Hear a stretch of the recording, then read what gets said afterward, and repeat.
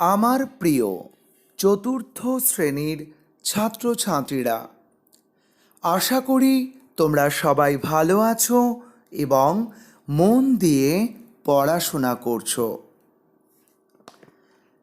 গত ক্লাসে আমি পড়ানো শুরু করেছি বিশ্বকবি রবীন্দ্রনাথ ঠাকুরের লেখা গদ্যাংশ ডাকাতের গল্প। গত ক্লাসে লেখক প্রসঙ্গে আমি তোমাদের কিছু তথ্য বলেছিলাম।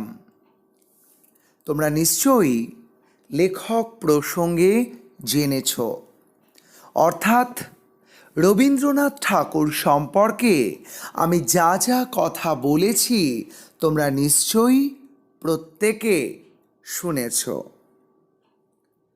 এছাড়াও এই গল্পে যা আছে সেই সম্পর্কেও আমি কিছু তথ্য রেখেছিলাম, তোমরা নিশ্চয়ই তা শুনেছ। আজ আমি এই গল্প তোমাদের পড়াবো এবং বিষয়বস্তুর বিশ্লেষণ করব।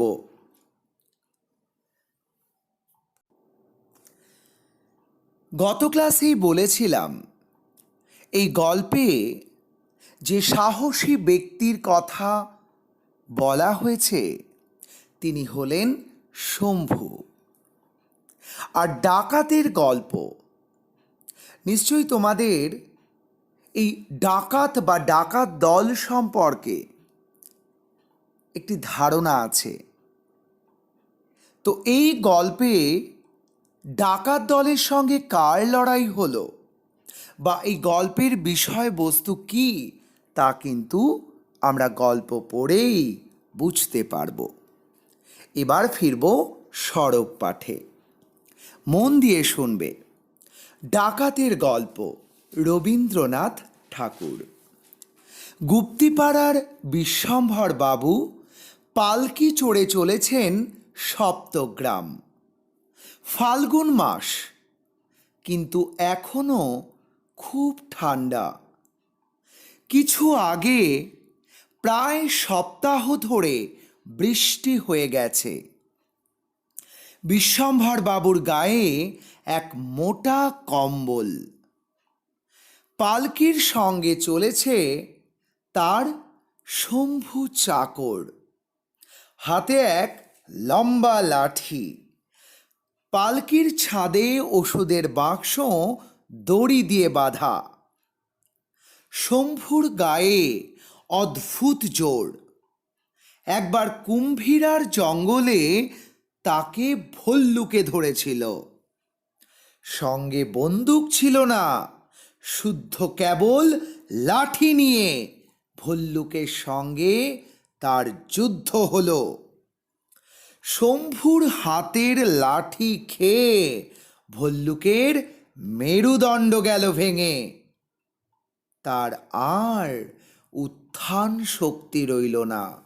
উত্থান শক্তি মানে উঠে দাঁড়াবার শক্তি। আর একবার শম্ভু বিশ্বম্ভর বাবুর সঙ্গে গিয়েছিল স্বর্ণগঞ্জে। সেখানে পদ্মা নদীর চরে রান্না চড়াতে হবে। তখন গ্রীষ্মকালের মধ্যাহ্ন। পদ্মার ধারে ছোট ছোট ঝাউ গাছের জঙ্গল। উনান ধরানো চাই। দা দিয়ে শম্ভু ঝাউ ডাল কেটে আঁটি বাঁধল।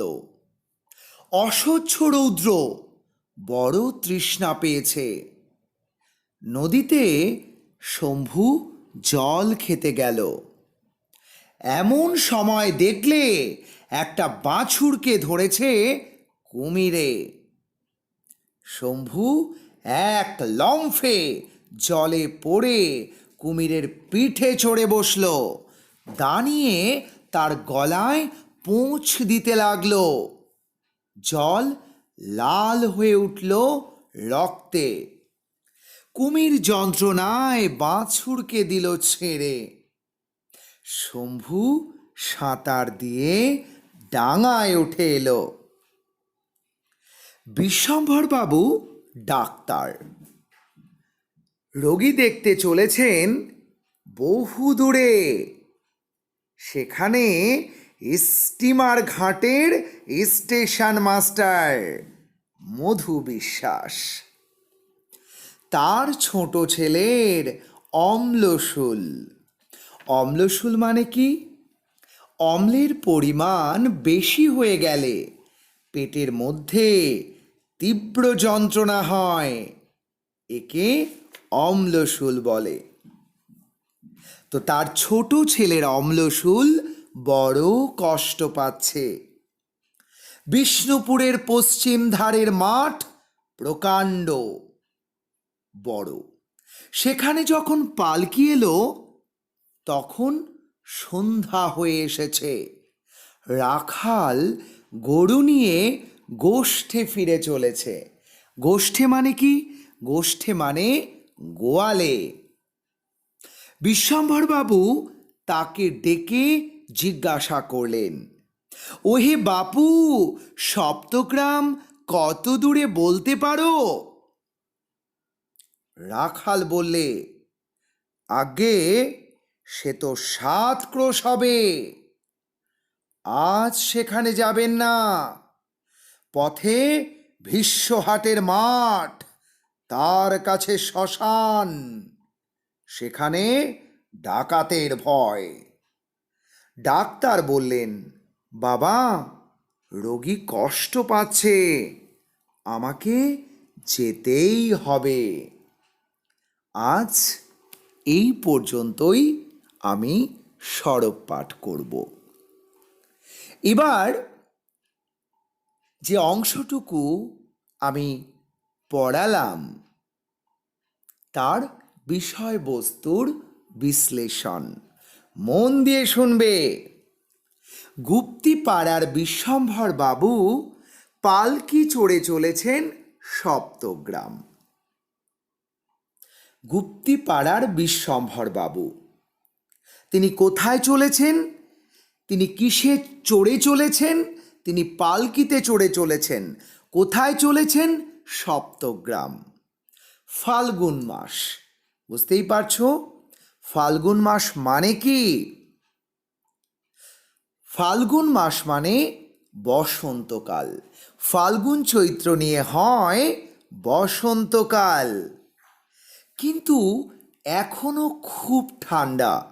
নিশ্চয়ই তোমাদের মধ্যে প্রশ্ন জেগেছে যে ফাল্গুন মাস কিন্তু এখনো কেন এত ঠান্ডা? কারণ কিছু আগে প্রায় সপ্তাহ ধরে বৃষ্টি হয়ে গেছে। তো বুঝতে পারলে যে এক সপ্তাহ ধরে যখন টানা বৃষ্টি হয় তখন কিন্তু বেশ ঠান্ডা বোধ হয়, তাই না? বেশ ঠান্ডা লাগে। তাই বিশ্বম্ভর বাবুর গায়ে এক মোটা কম্বল। পালকির সঙ্গে চলেছে তার শম্ভু চাকর, হাতে এক লম্বা লাঠি। তো বুঝতে পারছো শম্ভু কে? শম্ভু হলো বিশ্বম্ভর বাবুর চাকর। তার হাতে এক লম্বা লাঠি, আর পালকির ছাদে ওষুধের বাক্স দড়ি দিয়ে বাঁধা। শম্ভুর গায়ে অদ্ভুত জোর। এবার আমরা শম্ভুর সাহসিকতার কিছু উদাহরণ দেখতে পাব। তো একবার কুম্ভীরার জঙ্গলে তাকে ভল্লুকে ধরেছিল। সঙ্গে বন্দুক ছিল না, শুধু লাঠি নিয়ে ভল্লুকের সঙ্গে তার যুদ্ধ হলো। কি মনে হচ্ছে কে জিতল? তবে শোনো, শম্ভুর হাতের লাঠি খেয়ে ভল্লুকের মেরুদণ্ড গেল ভেঙে। তার আর উঠে দাঁড়াবার শক্তি রইল না।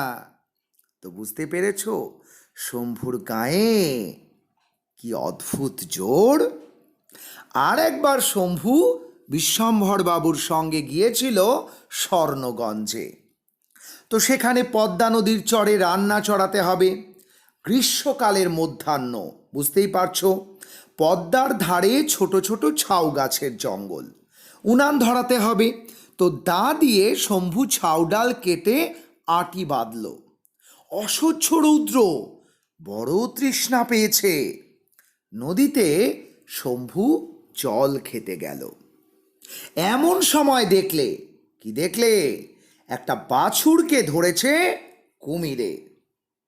আর এটা দেখে কি করলো শম্ভু? শম্ভু এক লাফে জলে পড়ে কুমিরের পিঠে চড়ে বসলো আর দাঁড়িয়ে তার গলায় পোঁছ দিতে লাগলো। জল লাল হয়ে উঠল রক্তে, আর কুমির যন্ত্রণায় বাছুরকে দিল ছেড়ে। তো নিশ্চয়ই বুঝতে পেরেছ শম্ভুর কতটা সাহস। এরপর শম্ভু সাঁতার দিয়ে ডাঙায় উঠে এলো। তো এই বিশ্বম্ভর বাবু কে? বিশ্বম্ভর বাবু হলেন একজন ডাক্তার। তিনি কেমন ডাক্তার চলো দেখা যাক। রোগী দেখতে চলেছেন বহু দূরে। সেখানে স্টিমার ঘাটের স্টেশন মাস্টার মধু বিশ্বাস তার ছোট ছেলের অম্লশূল বড় কষ্ট পাচ্ছে। তো মধু বিশ্বাসের ছোট ছেলেকে দেখতে চলেছেন বিশ্বম্ভর বাবু। বিষ্ণুপুরের পশ্চিম ধারের মাঠ প্রকাণ্ড, বেশ বড়। সেখানে যখন পালকি এলো তখন সন্ধ্যা হয়ে এসেছে। রাখাল গরু নিয়ে গোয়ালে ফিরে চলেছে। তো বিশ্বম্ভর বাবু তাকে ডেকে জিজ্ঞাসা করলেন, ওহে বাপু, সপ্তগ্রাম কত দূরে বলতে পারো? রাখাল কি বলল? আগে সে তো 7 ক্রোশ হবে। আজ সেখানে যাবেন না। 1 ক্রোশ মানে 2 মাইলের কিছু বেশি। তো বুঝতে পেরেছ, 7 ক্রোশ। তাই বলেছে আজ সেখানে যাবেন না। পথে ভীষ্মহাটের মাঠ, তার কাছে আবার শ্মশান, সেখানে ডাকাতের ভয়। তো এই কথা শুনে বিশ্বম্ভর বাবু কি ফিরে গেলেন? না, তিনি বললেন, অর্থাৎ ডাক্তার বললেন, বাবা, রোগী কষ্ট পাচ্ছে, আমাকে যেতেই হবে। তো বুঝতে পেরেছ, বিশ্বম্ভর বাবু কিন্তু ভীষণ আমরা বলতে পারি দরদি, তাই না? তিনি কিন্তু তার কাজ নিষ্ঠার সঙ্গে করেন। তিনি যখনই জানতে পেরেছেন যে রোগী কষ্ট পাচ্ছে, তিনি এতটা পথ অতিক্রম করতে চলেছেন রোগীকে দেখতে যাওয়ার জন্য। তো বুঝতে পেরেছ যে বিশ্বম্ভর বাবু কিন্তু ভীষণভাবে তার কর্তব্য করে চলেছেন এবং তিনি কিন্তু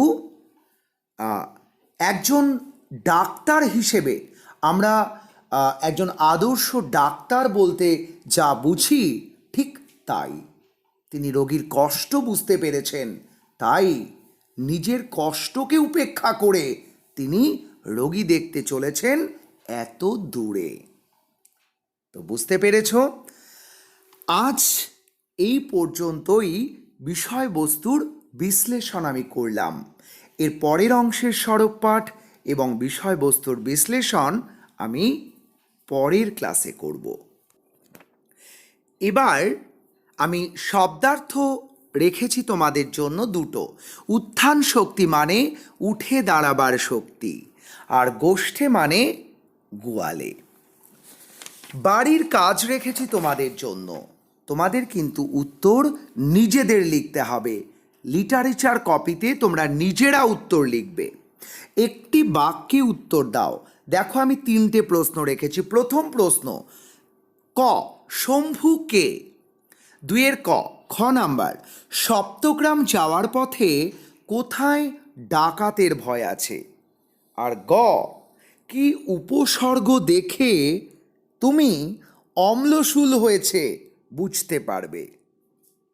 কি উপসর্গ দেখে? এরপরে বাড়ির কাজ রেখেছি সংক্ষিপ্ত প্রশ্ন। 2টো প্রশ্ন রেখেছি, তোমরা নিজেরাই গুছিয়ে উত্তর লিখবে। ফাল্গুন মাস বলতে কোন ঋতুকে বোঝায়? এই সময় বিশ্বম্ভর বাবুর গায়ে মোটা কম্বল কেন? সাধারণত কোন সময় আমরা মোটা কম্বল গায়ে দিয়ে থাকি? নিশ্চয়ই তোমরা জানো। খ নাম্বারে রেখেছি শম্ভুর সাহসিকতার উদাহরণ হিসেবে যে কোনো একটি ঘটনা উল্লেখ করো। তোমরা যদি ভালো করে আমার কথাগুলো শোনো তবে অনেক তথ্য পাবে এই প্রশ্নের উত্তর লেখার জন্য। তো ভালো করে শুনতে হবে, মন দিয়ে শুনতে হবে, সরব পাঠ করতে হবে, নির্ভুল উচ্চারণ করতে হবে, বারে বারে সরব পাঠ করতে হবে, বিষয়বস্তু বুঝতে হবে, তবেই সমস্ত প্রশ্নের উত্তর তুমি নিজেই লিখতে পারবে। তো বুঝতে পেরেছো? আজকের ক্লাসে আমি তোমাদের জন্য রেখেছি বাড়ির কাজ, একটি বাক্যে উত্তর দাও ও সংক্ষিপ্ত প্রশ্ন। তোমরা প্রত্যেকটি প্রশ্নের উত্তর লিটারেচার কপিতে অবশ্যই লিখে ফেলবে। আজ এই পর্যন্তই। ভালো থাকবে, সুস্থ থাকবে, মন দিয়ে পড়াশোনা করবে।